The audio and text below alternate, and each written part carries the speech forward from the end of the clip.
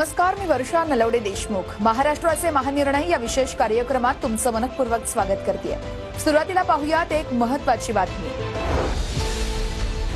राज्य सरकारने शेतकऱ्यांच्या हितासाठी पुण्यश्लोक अहिल्यादेवी होळकर शेतकरी कर्जमुक्ती योजना 2026 जाहीर केली आहे। या कर्जमुक्ती योजनेच्या राज्यस्तरीय शुभारंभाच्या वेळेस 7 जिल्ह्यातील पात्र शेतकऱ्यांच्या प्रातिनिधिक स्वरूपातील यादी जाहीर करत आहोत, अशी माहिती सहकार मंत्री बाबासाहेब पाटील यांनी दिलेली आहे। या योजनेसाठी राज्य शासनाने भरीव आर्थिक तरतूद केली आहे। ही प्रक्रिया पारदर्शक, सुलभ आणि नियोजनबद्ध पद्धतीने पूर्ण करण्यात आली आहे। 53 बँकांनी शेतकऱ्यांच्या कर्जाची माहिती महाआयटी पोर्टलवर अपलोड केली आहे। जिल्हा बँकांच्या सर्व कर्ज खात्यांचे सहकार विभागाकडून लेखापरीक्षण झालं आहे। योजनेअंतर्गत अपात्र लाभार्थ्यांची माहितीही पोर्टलवर अपलोड करण्यात आली आहे।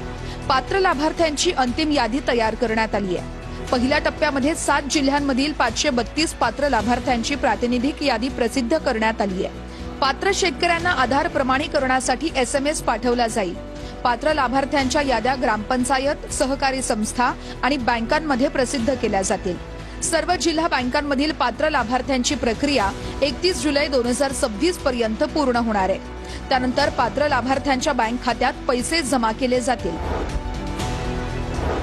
पुण्यामध्ये 3 उन्नत मार्ग प्रकल्पाचं भूमिपूजन करण्यात आलंय। पुणे, शिरूर, तळेगाव, चाकण, शिक्रापूर आणि हडपसर यवत या 3 उन्नत मार्ग प्रकल्पांचं भूमिपूजन करण्यात आलंय। यावेळी केंद्रीय मंत्री नितीन गडकरी, मुख्यमंत्री देवेंद्र फडणवीस, उपमुख्यमंत्री सुनेत्र पवार यांची प्रमुख उपस्थिती होती। पायाभूत सुविधांच्या विकासामुळे 2030 पर्यंत पुणे देशाचं ग्रोथ इंजिन बनणार असा विश्वास मुख्यमंत्री फडणवीसांनी व्यक्त केला। मुख्यमंत्री देवेंद्र फडणवीस यांच्या हस्ते नवी मुंबई आंतरराष्ट्रीय विमानतळाच्या प्रांगणामध्ये भारत टॅक्सी सेवेचा अधिकृत शुभारंभ पार पडला। केंद्र आणि राज्य सरकारच्या संयुक्त विद्यमाने विशेष सोहळ्याचं आयोजन करण्यात आलं होतं। प्रवासी आणि चालकांसाठी भारत टॅक्सी हा प्रवासाचा नवा अध्याय आहे। पंतप्रधान मोदी आणि अमित शहा यांच्या मार्गदर्शनाखाली सुरू झालेली भारत टॅक्सी मॉडेल संकल्पना कमी दरामध्ये सुरक्षित प्रवास देणारी ठरेल, असा विश्वास मुख्यमंत्री देवेंद्र फडणवीस यांनी व्यक्त केला। एक नवीन मॉडेल हे या देशामध्ये भारत टॅक्सीच्या माध्यमातून तयार झालं की ज्याच्यामध्ये टॅक्सी चालक हे केवळ चालक नाही, ते मालकही आहेत आणि ते या सहकारी संस्थेचे शेअर होल्डर देखील आहेत। आलेला नफा हा डिव्हिडंडच्या रूपाने त्यांना देखील ट्रान्सफर होतोय आणि दुसरं कुठल्याही प्रकारचं सर्च प्राइसिंग याच्यामध्ये नाही, कुठल्याही प्रकारे हिडन कॉस्ट याच्यामध्ये नाही।